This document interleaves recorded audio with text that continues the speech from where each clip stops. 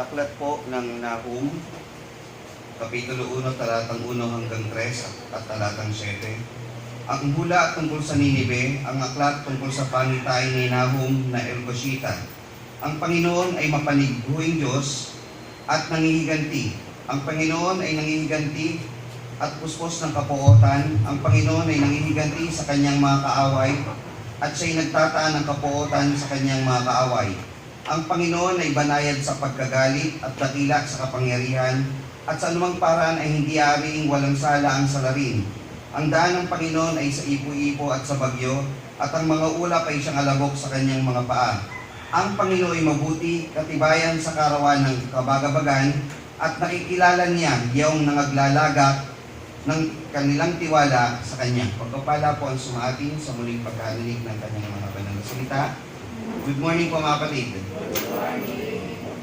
Ngayon po ay ating po muling tunghayan ng isa pong pag-aaral na hinango po sa aklat ng Nahum. May narapat po mga kapatid ng inyong likod na dalhin po sa pag-aaral po itong aklat na ito. Bagaman nais po sana natin itong mga nakaraang panahon ay sa mensahe siya dalhin. Dahil po may pagka-informative din po ang aklat po na ito. Na karaniwan, ito po ay naiiwanan. Kung alam po ng termino ang gagamitin. Ganito na lang po. May mga, sino po sa inyo mga kapatid na minsan na sa kanilang buhay, naglaan ng panahon na aralin sa bahay nyo yung aklat ng Nahum. Gusto ko magbasa ng Bible, ganun. Tapos, ang babasahin ko, Nahum. Meron po. Kadalasan sa atin, kukuha ng memory verse, Awit, Mateo, Kawikaan, sa Juan, yan, sa Lucas, sa Bagong Tipan, pag Lumang Tipan, Kawikaan, ano pa, Awit, Isayas, yan. Pero yung Nahum, isang talata lang po ang karaniwang nakukuha dito eh. Yung sa 7, ang sabi po doon, ang Panginoon ay mabuti, katibayan sa karawan ng kabagabagan, at nakikilala niya yung nangaglalagak ng kanilang tiwala sa Kanya. Ito lang po yung karaniwan natin narinig po dito sa Nahum. Ngayon po mga kapatid, dahil po sa atin pong ginawang commitment po sa inyo na nais po ng inyong lingkod na ilahad po yung buong aklat po sa buong Biblia. Binigyan ko na po ng commitment po sa aking sarili na basahin po ito ng buo at mailahad po sa inyo mga kapatid ng paunti-unti para tayo magkaroon ng paunti-unting kaalaman po sa Biblia sa bawat aklat. Ito po yung aklat naman ng Nahum.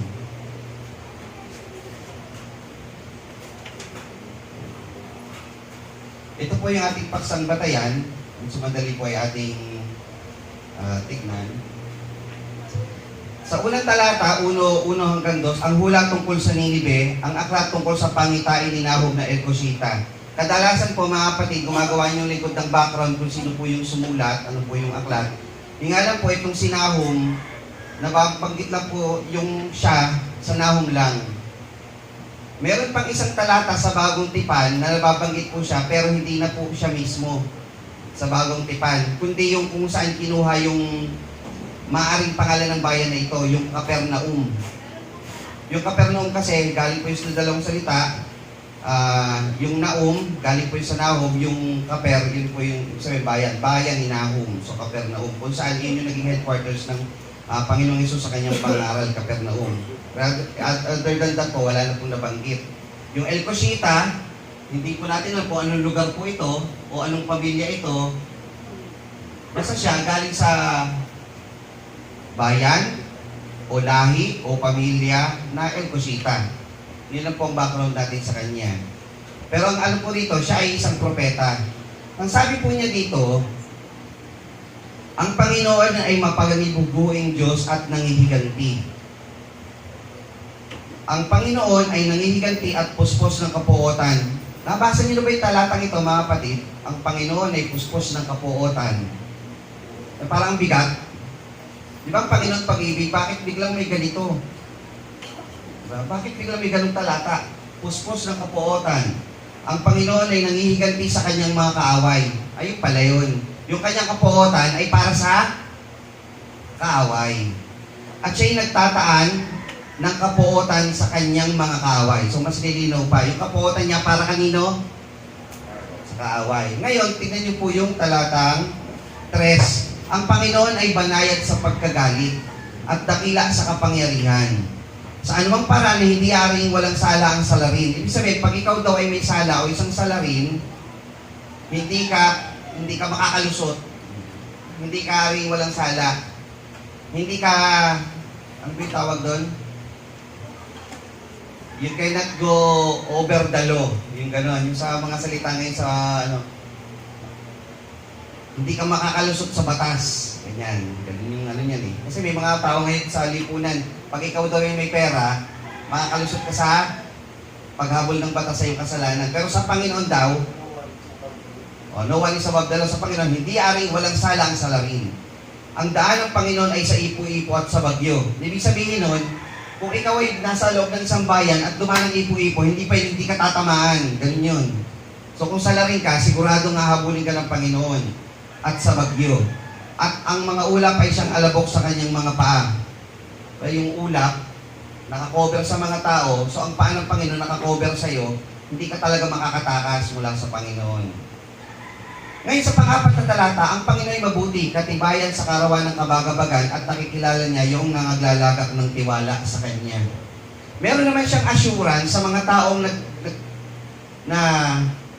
nag-stay, nananatili sa tiwala sa Panginoon. Yan naman ang assurance. Ang Panginoon ay mabuti para sa iyo, na ikaw ay mananatili sa Panginoon.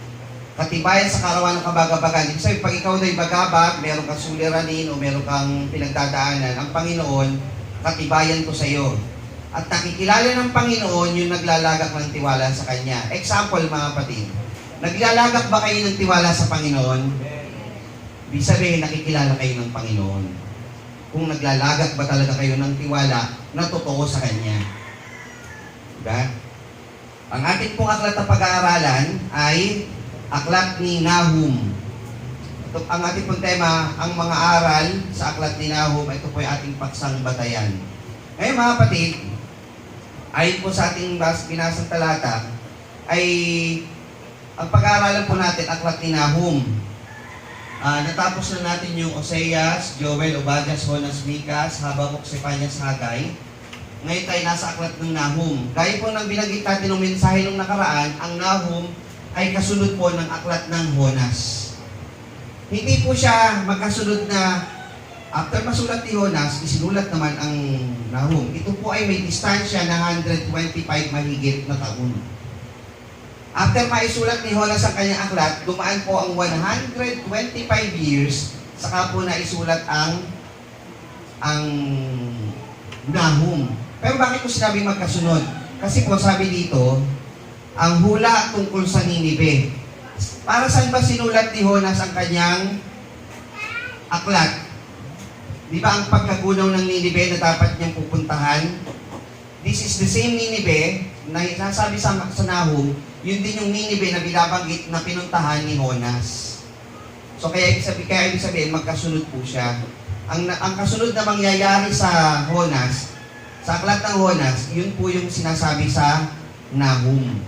So not chronologically na magkasunod sila, kumbaga, ito ang kasunod na mangyayari sa Ninibe o sa Assyria tungkol sa kanilang pagkakasulat. Ang Assyria po, yun yung bansa o imperyo, at yung Ninibe ay bayan po niya o capital city ng Assyria. Example, Pilipinas, bansa. Ano ang capital city ng Pilipinas? Ano ang capital? Maynila. So, ang Assyria, ang capital niya ay Ninibe. Kahit mas malaki ang Quezon City kaysa sa Maynila, Maynila pa rin ang capital city po ng Pilipinas. Diba? Mas malaki ang Bicol, pero Maynila po ang capital. Sa Assyria, ang capital city o pangunahing lungsod ng Assyria ay ang Ninibe. Ibig sabihin, sa Ninibe ang pinakasentro ng Assyria. Parang ganito, pag nasa ibang bansa, saan ka pupunta? I'm going to Manila. Ano ibig sabihin nun? Pupunta ako ng Pilipinas. Ano, pag nasa Amerika ka, saan ka pupunta? I'm going to Manila. Ano ibig sabihin nun? Sa Pilipinas ka pupunta. So pag pinag-uusapan yung Ninive, halos katumbas na niya, pinag-uusapan na yung Assyria. Pag sinabing gugunawin yung Ninive, pawasakin ng Ninive, magbabalik loob ang Ninive, halos ang tinutukoy na dito yung Assyria. Pero si Jonas, ang inikot lang talaga niya yung buong Ninive lang. Tapos yung Ninive, yung hari doon, sinabihan yung bawat hari na para sila magbalik loob sa Panginoon. Pero the same Ninive po yung pinag-uusapan dito. Ito po yung aklat na sinulat ni Nahum. Bilang ng kapitulo niya ay 3, bilang ng talata 47. Nabasa na po natin yung susing talata o paksang batayan. At ang tema po nito, ang Diyos ay mahabagin at makatarungan. Pag binasa niyo yung buong aklat ng Nahum, ang mapapatunayan niyo po dito, ang Diyos mahabagin. At ang Diyos ay makatarungan. Bago ko po ituloy, nabanggit mo, kapatid, wawasakin daw ang Ninive. Kung may Bible po kayo, may mga pamagat yan sa taas ng bawat kapitulo eh. Sa inyong katrudis, sa chapter 2, may nakasulat po ba, ang pagkaguho ng Ninive ay itinakda? Sa Bible po ninyo, itinakda na po sa inyo, kapatid Donel, meron? Ayan. Sa chapter 3, ang pagkaguho ng Ninive ay itinakda. Tama po ba? Nakasulat din. Itinakda na ang pagkaguho ng Ninive. Tanong, kung ang Panginoon ay mahabagin, bakit gugunawin ang kabuuan ng Ninive? Kasama po doon ng bata, mga babae, mga buntis, lahat po ng tao doon, hayop. Gugunawin silang lahat. So ang tanong, bakit gugunawin ang Ninive? O bakit, paano mo nasabing mahabagin ng Diyos na nagkaroon ng pagtatakda ng Ninive ay gunawin kasama yung mga bata? Di ba parang malupit para sa ibang mga tao? Mga kapatid, tandaan nyo, sabihin na natin eksaktong 125 years, binibigyan na sila ng pagkakataon ng Panginoon para magbago. Hindi pa ba mahabagin yun? Yung 1 taon ka pa nga lang eh, palagay nyo, hindi ka pa rin pinaparusahan ng Panginoon, hindi pa ba mahabagin yun? 2 taon ka nang hiwalay, 3, 125 years, hindi pa ba mahabagin yun? Napakamahabagin na ang Diyos nun. Sobrang dami na ng pagkakataon yung binigay nun sa Ninive. So sa sobrang dami ng pagkakataon binigay niya, nagpapakita yun ng kanyang kahabagan at doon sa mga nananatili sa Panginoon, nandun pa rin yung kahabagan ng Panginoon. At siya ay makatarungan. Ibig sabihin makatarungan, dahil hindi kayo nagbago, sabi dito, ang pagkaguho ng Ninive ay tinakda. Pag sinabi ng Panginoon, gugunawin ko kayo, gugunawin talaga yan. Ginunaw niya ang Ninive. Dagdag kaalaman mga kapatid, si Jonas galing po dito dito po kasi bandang Israel. Sabi ng Panginoon, pumunta ka sa Hopa, sumakay ka ng barko, patungo ka dito yung paganyan. Kasi mas matagal kung dito eh. Punta ka dito, tapos saka ka pumunta sa Ninive. Kasi dito yung may sakayan papuntang Ninive. Ginawa niya sa takot niya dahil kung ano ang mga tao sa Ninive, itong dilaw na linya, sumakay siya ng bangka papunta dun sa Tarsis. Yun nga lang, sa kalagitnaan ng kanyang biyahe, kinain siya ng isang malaking isda. Alala niyo? Tapos, inluluwa din siya dito. Pagliwa dito, sa kanya nilakad na, o kung ano man sinakyan niya, papunta dito. Ng maraming araw.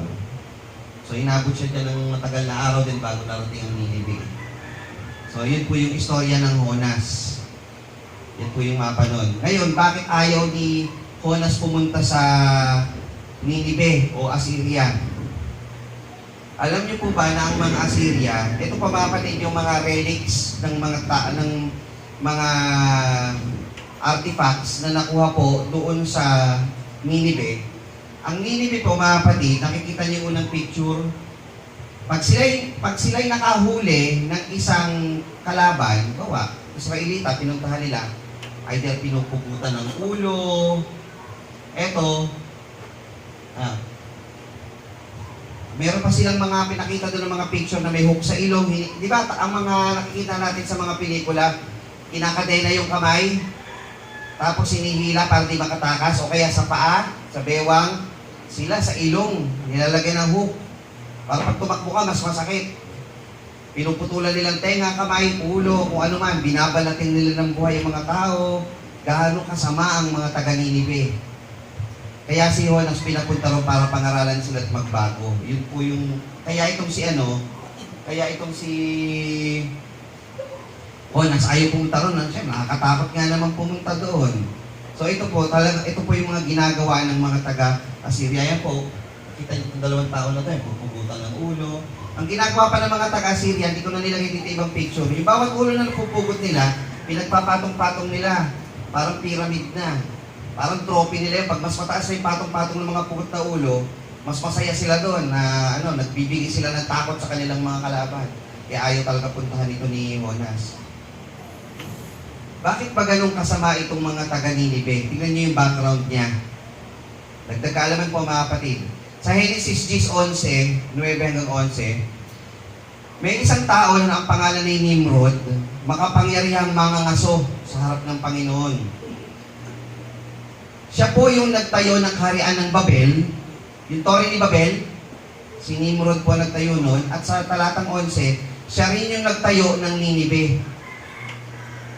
Si Nimrod ay isang mangangaso na makapangyarihang tao na naghangad na abutin ng Diyos gamit ang Torre ni Babel. So may kasamaan din po ito yung kaya nga ginulo ng Panginoon itong mga to eh. Naghahangad sila ng ng mataas pa sa inuutos ng Panginoon eh. So si Nimrod po yun. O di minakilala kayong bagong tao sa Biblia. Siya yung nagtayo ng Babel, siya rin yung nagtayo ng Ninive. Napa sa Assyria, itinayo ang Ninive. So, ang nagtayo, masamang tao, kaya yung mga tao din dyan, ganun din sila. Kaya si Jonas, pagdating ng panahon, sabi ng Panginoon kay Jonas, na nagsasabi, bumangon ka, pumarong ka sa Ninive, sa malaking bayang yaon, humiyaw ka laban doon, sapagkat ang kanilang kasamaan ay umabot sa harap ko. So, mula sa masamang nagtayo, hanggang mamamaya naging masama, talagang naging ubod ng sama ng Ninive. Tumakas si Jonas, kinain ng isda, binalik siya doon sa para makarating ng Ninive. Kaya ang sabi, bumangon ka, pumarong ka sa Ninive, sa malaking bayan ngayon, ipangaral mo ang pangaral na iniutos sa iyo. Sa gayon, bumangon si Jonas, naparoon sa Ninive, sa kapitulo 3 na yan, ang Ninive ay totoong malaking bayan at 3 araw na lakarin. So yung buong bayan, 3 days para bago lang matapos na lakarin. So yun, malawak talaga. At pumasok si Jonas sa bayan na may isang araw na gumagala at sumisigaw na nagsasabi, ito lang yung kanyang pangangaral sa Ninive. 40 araw pa at ang Ninive ay mawawasak. Yun lang. Iikot siya sa Ninive, yun lang ang pangaral niya. Kaya pagdating sa 5:6, at ang bayan ng Ninive ay sumampalataya sa Diyos. At sila'y nangag-ayuno, nagsuot ng kayong magaspang mula sa kadaki-dakilaan sa kanila hanggang sa kaliklitan sa kanila. At ang mga balita ay dumating sa hari ng Ninive at siya'y tumindig sa kanyang luklukan, hinubad niya kanyang balabal, nagbalot siya ng kayong magaspang at daw po sa mga abo. Sa Gis. At nakita ng Diyos ang kanilang mga gawa na sila'y nagsihiwalay sa kanilang masamang lakad at nagsisi ang Diyos sa kasamaan na kanyang sinabi kanyang gagawin sa kanila at hindi niya ginawa. Hindi niya ginawa yung pagwasak sa Ninive. Ngayon, itong bibigyan kayo ng tanong mamaya sasagutin natin.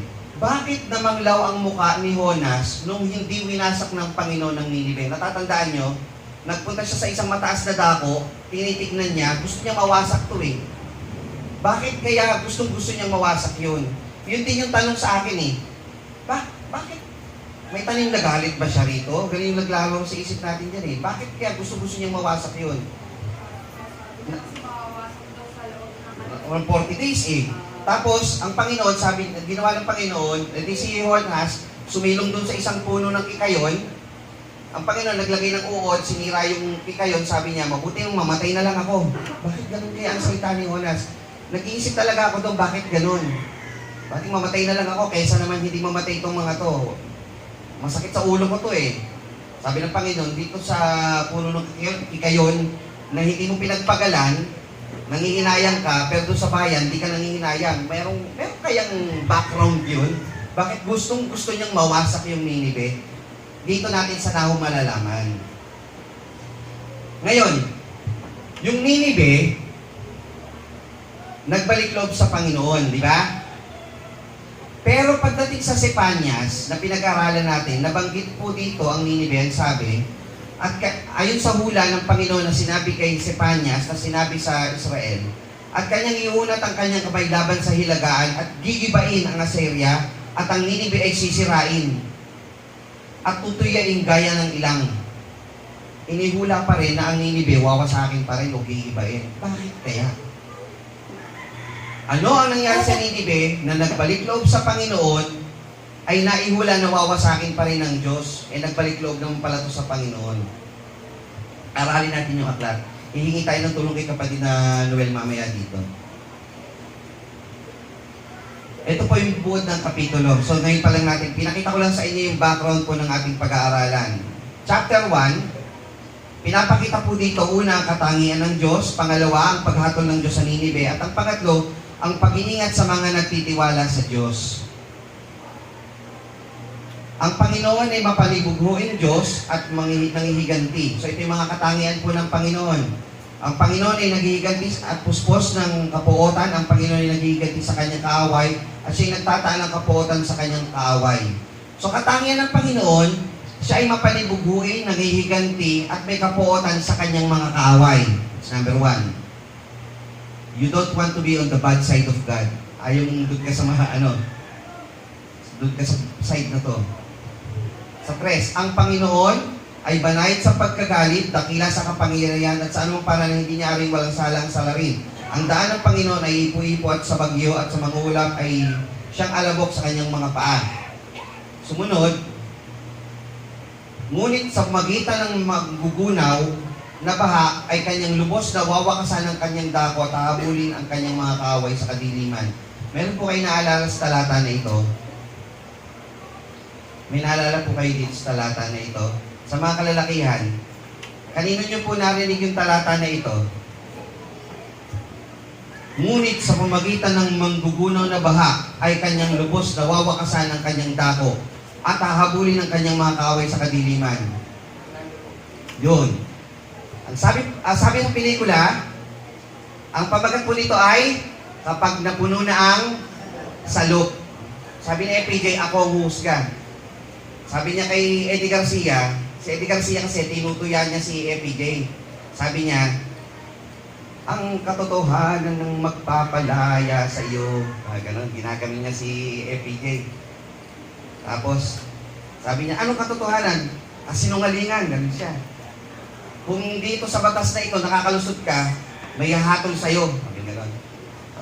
Sabi ni Eddie Garcia ulit, sabi niya, huwag kayong magsihatol upang huwag kayong hatulan.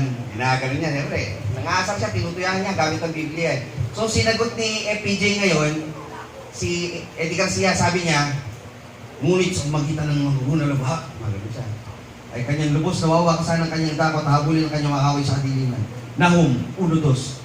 Nagkamali lang siya doon sa script niya na 2:8 dapat ang babanggitin niya. Hindi na po kinat yun. Kasi ang ganda ng delivery niya.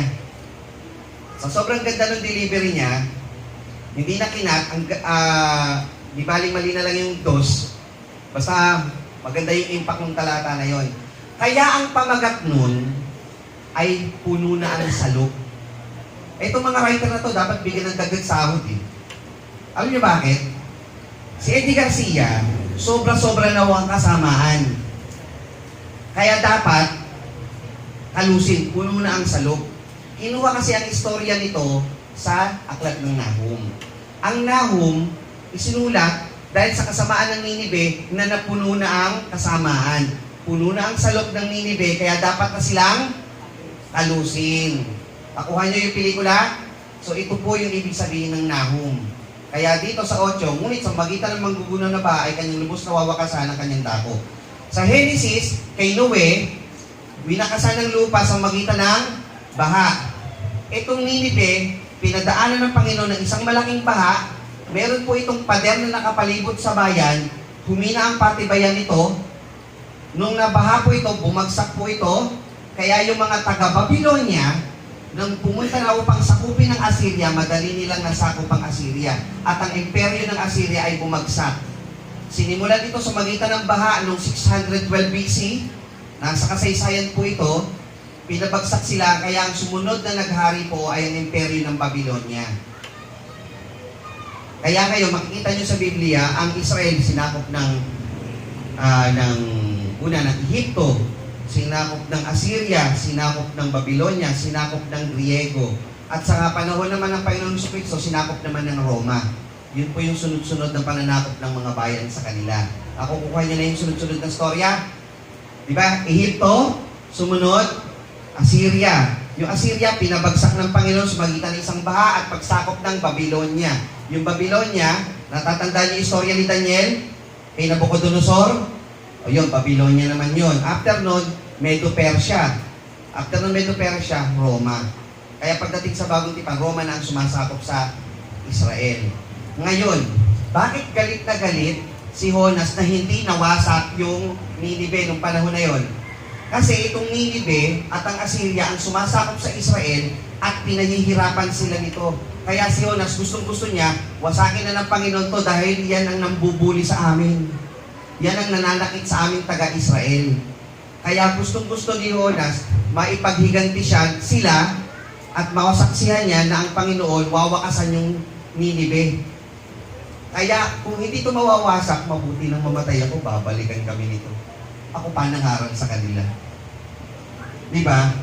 Oh. Kaya gusto-gusto niya, di ba rin nang mamatay ako, kung hindi rin lang sila mawasak, mamatay din ako sa kamay nila, malamang. Ako pa'y nangaral doon. Ganun yun. Kaya makikita natin sa Nahum kung asan yung mga talata na yung mamaya. Verse 15, narito nasa ibabaw ng mga bundok ang paan niyang nagdadala ng mabuting balita na nangagahayag ng kapayapaan. Ipagtibag mo ang mga kapistahan o Huda, tuparin mo ang iyong mga panata sapagkat ang masama ay hindi nadadaan sa iyo, siya'y lubos na nahiwalay. Ang Panginoon nagsabi na wawasakin ng Ninive. Kaya nung nalaman nila na wawasakin ng Ninive, sabi, may magandang balitang darating sa ating taga-Israel. Ano yung magandang balita? Ang Ninive ay wawasakin. Nagdadala ng mabuting balita, ito daw yung mabuting balita. Naghahayag ng kapayapaan. Kapayapaan ang darating sa atin. Bakit? Yung sumasakop sa atin ay wawasakin. Ipagdiwang mo ang iyong mga kapistahan o Huda. Magdiwang kayo. Mawawala na yung nananakop sa atin. Tuparin mo ang iyong mga panata sapagkat ang masama ay hindi nadadaan sa iyo. Diba? Kaya si Jonas, pagka sigurong nawasak na to, masaya na sila. Hindi nadadaan sa kanila yung kasamaan. Siya'y lubos na nahiwalay. Yun po yung chapter 1. Chapter 2, pag-iingat ng Diyos sa Huda at Israel at ang paraan ng Diyos kung paano wawasakin ng Ninive. Kapitulo 2, ang kalasag ng kanyang mga makapangyarang lalaki ay mapula, ang matapang lalaki ay nakapanamit ng matingkad na pula, at ang karo ay nagsisikislap ng patalib sa karawan ng kanyang paghanda. At ang mga sibat ng abeto ay nagsisigaw ng kakilakilabot. Ang mga karo ay nagsisigibi sa lansangan, nangagkakabanggaan sa tisa sa daan. Ang anyo ng mga iyon ay gaya ng sulo, nagsisitakbong parang mga kidlat. Ito po yung labanan sa magitan ng Assyria at ng Babylonia. Na yung mga karo nila naglalaban, nagkikis-kisa na yung kanilang mga pandigmang mga chariot o mga armas, nagkikislapan sa kanilang mga paglalaban. So ito yung paraan ng Diyos upang wasakin din ang Ninive at ang Assyria. Narito ako'y laban sa iyo, sabi ng Panginoon mga po, aking susunugin ang kanyang mga karo sa usok at lalamunin ng tabak ang iyong mga batang leon at aking ihiwalay ang huli sa lupa, ibig sabihin ng huli, kahit yung mga bata. At ang tinig ng iyong mga sugo ay hindi maririnig. Susunugin ng Panginoon, lalamunin kayo ng tabak, sabihin, papatayin kayo sa mga labanan, kahit yung mga bata, ay lahat yan. So, ganun ang mangyayari sa Ninive o sa Assyria. At ang yung mga sugo ay hindi na maririnig. Kahit yung mga nagsipangalat, Hindi na sila makararating, mamamatay po lahat yan. Chapter 3, ang kasama ng Assyria at Ninive. Gaano ba kasama itong Assyria at Ninive? Ang galit ng Diyos sa Ninive at ang pagkawasak ng Ninive. Chapter 3, verse 2 to 4. Ang higing ng panghagupit, ang hugong ng pihit ng mga gulong, ang mga madambang kabayo at ang lukso ng mga karo. Ang sakay ng mga bayo at ang kinang ng mga tabak at islap ng mga sibat at isang karamihan na patay, ito yung mga ginagawa ng Assyria ay malaking bunto ng mga bangkay, papatong-patong nila yung bangkay nila, walang katapusang mga bangkay, sila yung nangatitison sa kanilang mga bangkay, nasa tabi na nila, naglalakad sila, natitison sila, daming bangkay sa tabi nila. Dahil sa karamihan ng pagpapatutot na minamagandang pagpapatutot, sabihin, regular na sa kanila yung pagpapatutot sa Assyria na panguna ng pag-iengkanto o sumasangguni pa sa mga engkanto, ayaw ng Diyos yan. Nagbibili ng mga bansa sa magitan ng pagpapatutot at ang mga angkan sa magitan ng kanyang pag-iengkanto. So may mga sumasangguni pa sa demonyo rito, mga kapatid, itong mga Assyria. Sabi doon sa 3:19, walang kagamutan sa iyong sakit. So dati, ang Assyria o Ninive, nagkaroon pa ng gamot nung nangaral si Jonas. Nagbalik loob sila sa kanilang kasamaan. Sabi ng Karo, may BSDU. Balik sa dating ugali. Kaya ang sabi ng Panginoon, kung ganyan ang sakit mo, walang kagamutan dyan. Ang iyong sugat ay malubha. Lahat ng makabalita sa iyo ay magsisipakpak ng kamay dahil sa iyo. Magsisipakpak ng kamay sa atin, palakpak. Sapagkat sinong hindi nadaanan ng iyong kasamaan. Ibig sabihin, lahat ng mga tao na sinaktan mo, Assyria, lahat ng mga tao na sinaktan mo, Ninive, magpapalakpakan dahil mawawasa ka na. Sabi doon, lahat na makabalita sa iyo ay magsisipakpak dahil sa iyo. Lahat na makakabalita, nawawasakin ka na, ano magiging reaksyon? Masaya. Sapagkat sinong hindi nadaan ng iyong kasamaan dahil sobrang dami na daw ng inagrabyado ng Assyria at Ninive. Luwi mo, gano'n na sila kasama. Maari ba itong mangyari? Yun na po yung kabuuan ng 1, 2 at 3 ng Nahum. Maari ba itong mangyari sa isang anak ng Diyos sa kasalukuyan, mga kapatid? Yung tinubos ka na ng Diyos gaya doon sa Ninive na pinuntahan ni Jonas. Basa tayo, mga kapatid. Sa 11:23 ng Lucas, babasahin po natin pag sumandali. 11:23.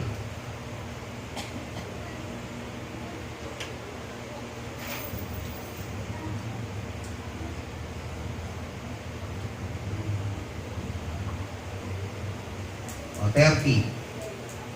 Sapagkat kung paanong si Jonas ay naging tanda sa mga Ninibita, ay gayon din ang anak ng tao sa lahing ito. So ang Panginoon, nagbigay ng paghalimbawa. Kayo, mga kapatid, kung paanong si Jonas naging tanda sa Ninive na magkakaroon ng pagwawasak, ang pagdating ng Panginoon ang magiging tanda para sa inyo, para kayo magbago. Magbabangon ng paghukom ang reyna ng timugan na kasama ng mga tao sa lahing ito at sila'y hatulan sapagkat siya'y naparitong galing sa mga wakas ng lupa upang pakinggan ang karunungan ni Solomon at narito may isang lalong dakila kaysa kay Solomon. Magsisitayo sa paghukom ang mga tao sa Ninive na kasama ng lahing ito at ito'y hatulan sapagkat sila'y nagsipagsisi sa pangaral ni Jonas at narito dito'y may isang lalong dakila kaysa kay Jonas. So ang Panginoong Sus nagsabi, may mga nagbago sa panahon ni Jonas. Sila yung hahatulan ng Panginoon kung sila'y magkakaroon ba ng pagkakataon sa kaligtasan. Sa mga nadakda ng Panginoon at gayon din sa atin na pinangaralan, kung si Jonas nagsabi, 40 days mawawasak ang Ninive, paano ba sa atin ang pangangaral? Pag kayo hindi nagbalik loob sa Panginoon, anong mangyayari sa atin? Diretsuhin na natin sa dulo, impyerno, walang hanggang kamatayan. O gawin natin sentence. Pag hindi kayo nagbalik loob sa Panginoon, hindi kayo tumanggap sa pagliligtas ng Panginoon, sa impyerno kayo pupulutin. Ano gusto niyo, mga kapatid? So may nagbalik loob sa Panginoon, amen? Kung dito sa Ninive, may nagbalik loob sa Panginoon at nagbalik sa dating ugali, dito kaya sa mga napangaralan ng Panginoon at gayon din sa panahong Kristiyano, meron din kayang magbabalik sa dating ugali? Ano kaya ang kakahinat na nila? Maaari ba itong mangyari sa isang anak ng Diyos sa kasalukuyan? Ano pong sagot? Oo, maaari po mga kapatid. Hindi po tayo gaya ng sa ibang pananampalataya na once saved, always saved. Ano ibig sabihin nun? Pag tumanggap ka sa Panginoon, kahit hindi ka na maglingkod, di ka na gumanap, ligtas ka na. Anywhere you go, basta nabautismuhan ako, I am saved. Hindi po ganun. May mangyayari pong mga nagbabalik sa dating ugali at sila po yung kakalusin. Sila po yung wawakasan ng Panginoon. Tingnan niyo po sa Hebreo 10:35 hanggang 37. Huwag ninyong itakwil ang inyong pagkakatiwala na may dakilang gantimpala sapagkat kayo'y nangangailangan ng pagtitiis upang inyong magawa ang kalooban ng Diyos ay magsitanggap kayo ng pangako sapagkat sa madaling panahon siya'y pumaparito ay darating at hindi magluluwat. Naniniwala kayo mga kapatid, darating ang Panginoon. Hindi na po ito magtatagal. So ikaw dapat kang manatili, dapat kang nasa Panginoon. Kung ano yung saya na tinanggap mo sa Panginoon nung siya'y nangaral, tinanggap mo ito, nagbalik loob ka sa Panginoon, dapat ganun pa rin yung kasiyahan mo sa ngayon. At kung hindi, ngunit ang aking lingkod na matuwid ay mabubuhay sa pananampalataya. At kung siya ay umurong, ay hindi kalulugdan ng aking kaluluwa. Kagaya ng nangyari sa Ninive na nagbalik po sa kanilang dating ugali.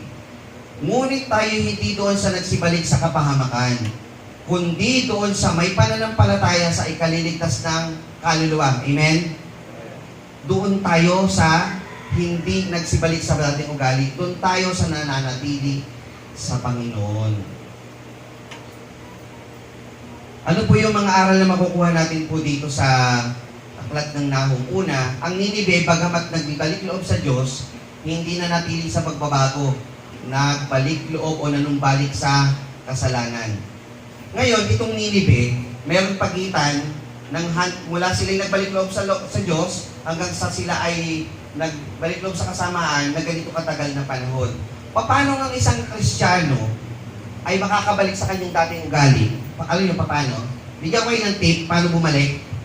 Parang sarkasam, ano? Parang mali. Di ba dapat tip, paano manatili? Bibigyan ko kayo ng tip, paano ano?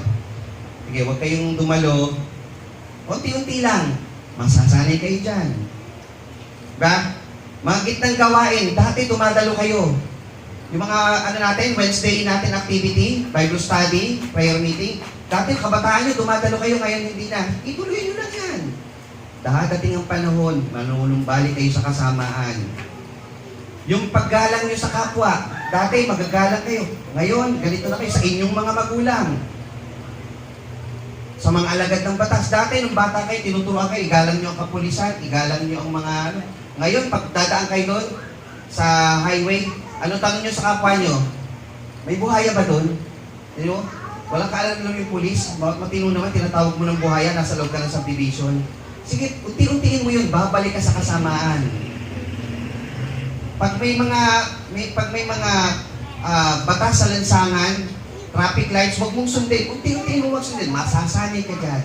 Yan ang tamang pagbalik sa kasamaan. Ngayon, yung tip na yun, yun ang ayaw nating gawin. Kapatid, huwag nyo gagawin yun. Ang gawin nyo, yung kabaliktaran nun.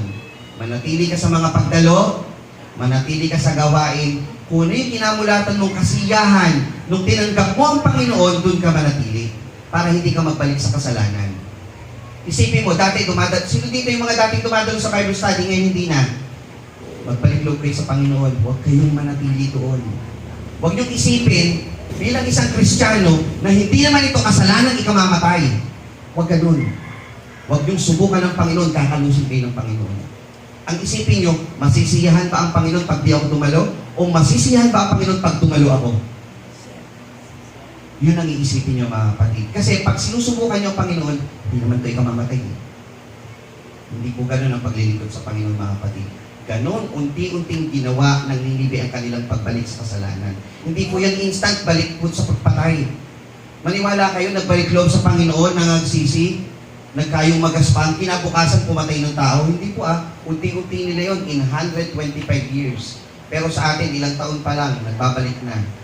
Mga kapatid, kung nasa inyo yung spark ng paglilingkod, tumalo kayo. Kung dati hindi kayo sumasama sa mga gawaing panglokal, gaya mga practice natin, dati naman kasama kayo, ngayon hindi na. Huwag niyong sikaping mahiwalay sa mga gawain sa Panginoon. Manumbalik kayo sa Panginoon. Ba't nahiwalay ba ako? Hindi, pero inuunti-unti mo. Ba't kasalanan ba itong ikaw mamatay? Palagay mo. Manumbalik kayo sa Panginoon.